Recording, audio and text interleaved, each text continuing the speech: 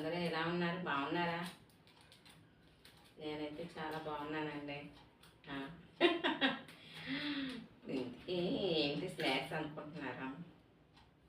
అవునండి, స్నాక్స్. నేను నెల రోజుల నుంచి స్నాక్స్ తినడం మానేశానండి. డైటింగ్ చేస్తున్నాను అనుకుంటున్నారా? కాదండి, డైటింగ్ కాదు. ఎలాగో నెల రోజులు శివాలయానికి వెళ్ళాం కదా కార్తీక మాసం అని.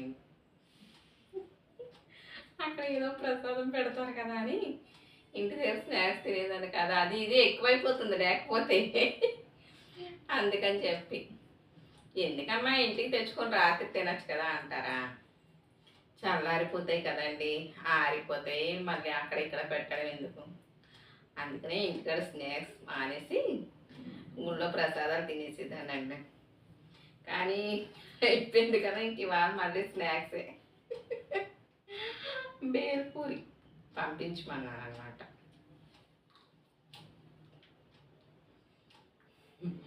చాలా రోజుల తర్వాత మళ్ళీ బయట ఫుడ్, ఒక నెల రోజుల తర్వాత. అందుకే చాలా చాలా బాగుందండి.